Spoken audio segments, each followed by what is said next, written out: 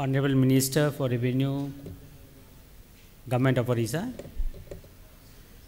my colleague Prakash, Soitu Prasad, Deepak ji, and ladies and gentlemen. It's my privilege to be here this evening and to share some of the views on ICT and especially the e-governance. In the morning, you must have noticed that very powerful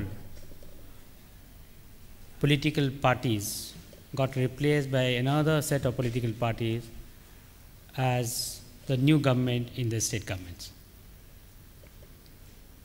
And it is a reflection of what people want today. You must also notice that in the recent past, people had come to the streets in places like Sudan, Algeria, Egypt, Yemen, and many other parts of the world. And most of them had come out in the streets primarily because they felt that they were not being consulted in the governance process. They felt that they were nobody in governing their own countries. And today, with the help of ICT, they are not only having access to information, but they are in a position to contribute and contribute significantly to the governing process. And that's why we thought it fit that if we want to improve the governance in this country, let us make use of ICT. And secondly, if you want to make the society happier, if you want to make this country prosperous and peaceful, it is necessary that we go in for an inclusive growth. Today, we are growing at a rate of almost 9%. And as per the recent studies, we are going to be the largest economy of the world by 2050. And even today, we are the second fastest growing economy of the world after China. And we expect that next year will be the fastest growing economy in the world. But in spite of all this, within our own country, and as I said in the beginning, lot of people are still very, very unhappy. And this unhappiness is on account of two reasons. First, we have not been able to take care of large number of people in terms of poverty, in terms of enablement. And I'll come to that a little later. And secondly, they feel that they are not being consulted in the government process. And this growth, so-called growth of 9%, 8%, is not an inclusive growth. So if we want to have sustainable and a real growth, then we got to ensure that these 1/3 of our population, about 450 million people, they are taken care of. And that will happen only when we start growing at a rate of 11 or 12%. And it's a huge challenge. It was relatively easier to grow from 4%, 5% to 8% or 9%. Though at some point of time, nobody in the world, no economist, no leader of the world, ever thought that India would be in a position to grow at a rate of 8 or 9%. Everybody said that India would keep growing with a Hindu rate of growth, which is about 3.5%, 4%. But as I said, that this growth rate of 8 to 9% is just not sufficient if we had to take care of 450 million, which is 1/3 of the population. And this population of 450 million people, today they earn less than $1 per day. And that means they are in no position to take care of their families.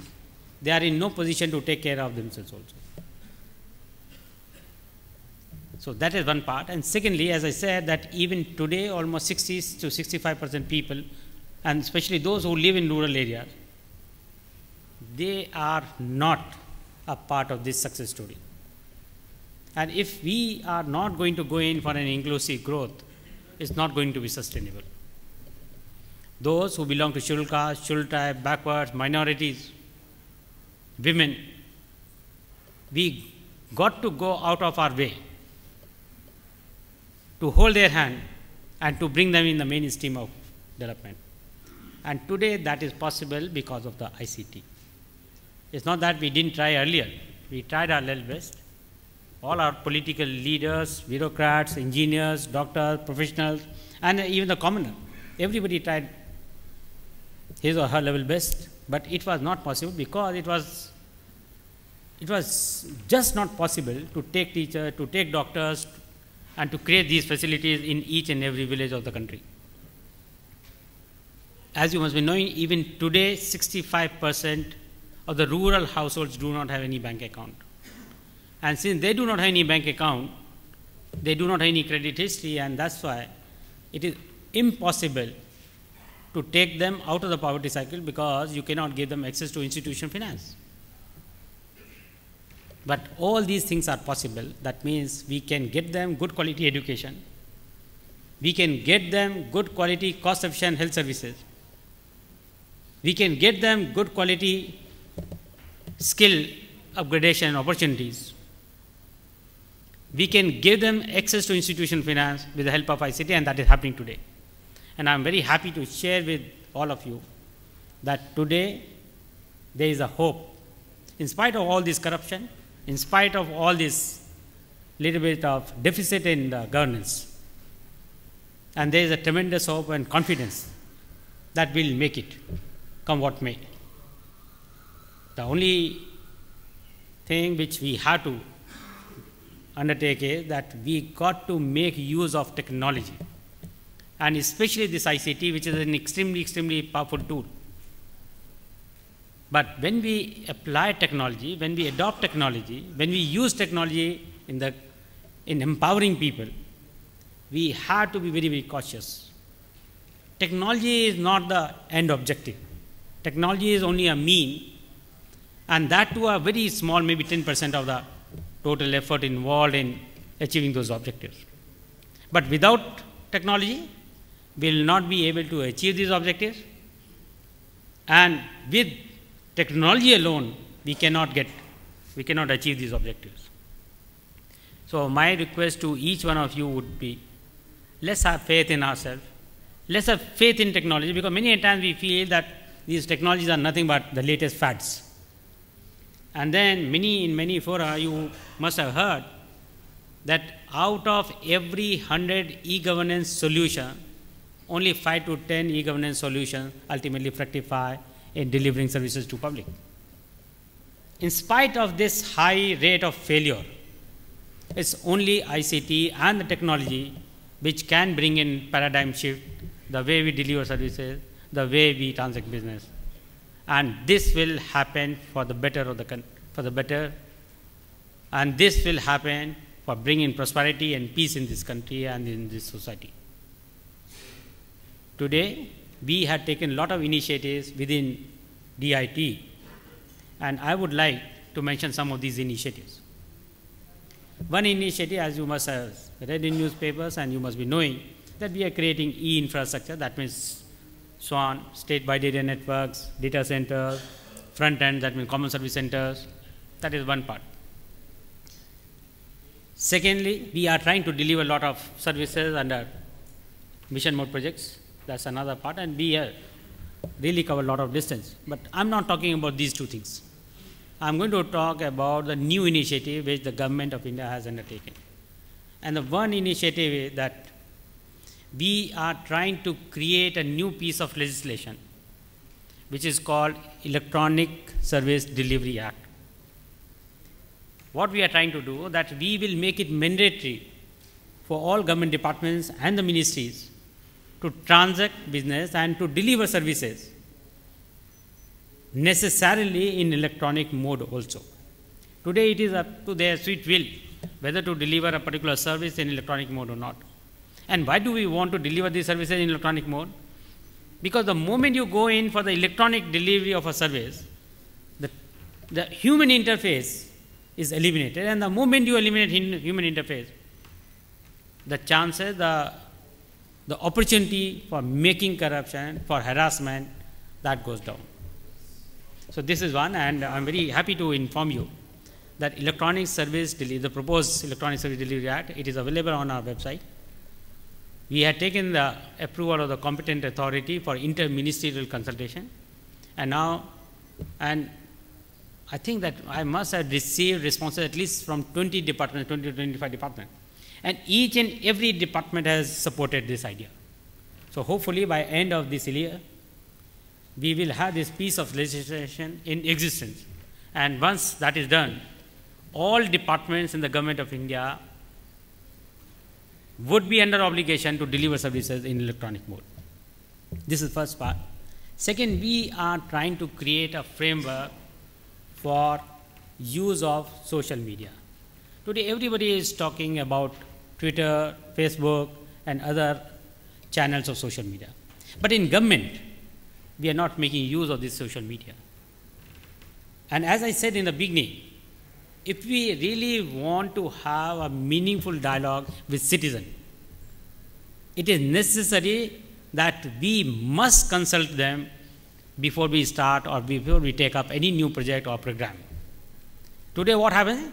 In the name of consulting citizen, we'll bring out some ad in some newspaper or magazine, or maybe we can hold some 2-3 conferences here, there, but that is the end of the matter. And then most of these conferences are attended by people like you and me, but the common man is unable to participate in any of these meetings. On the other hand, with the help of social media, every citizen, every resident of this country can make a meaningful contribution, and it will be a two-way contribution. It's a two-way dialogue, not mere dissemination of information from the government, but to get feedback from the public and to make correction, suitable correction in our proposed policies and the programs. So this is another piece, and we expect that in another 3 months' time, we will be able to put this framework in place. The third area, the new area where we are working is, we are trying to create a framework for citizen engagement. Though it is, something like use of social media, but under the citizen engagement, we are making it mandatory for all government departments to go in for formal consultation with public before a new project is taken up. And finally, I'll come to the mobile governance. As you know that India is doing fantastically well in the mobile technology. We have got more than 700 million subscribers, 70 crore से ज़्यादा इस समय subscriber हैं इस country में, who are using mobile telephones. It's a huge number, and every month we are adding huge number of subscribers in this list. Nowhere in the world you will have this kind of a progress. But we are not using this technology for delivering public services. So we thought that it will be a good idea to make use of this technology and to make use of this reach which the mobile telephones and the mobile technology has got to deliver services, so that people, even if a person doesn't understand English or he is unable to make use of the computer, he or she will be able to make use of his or her mobile phone to seek a service, and the services can be delivered on that mobile platform.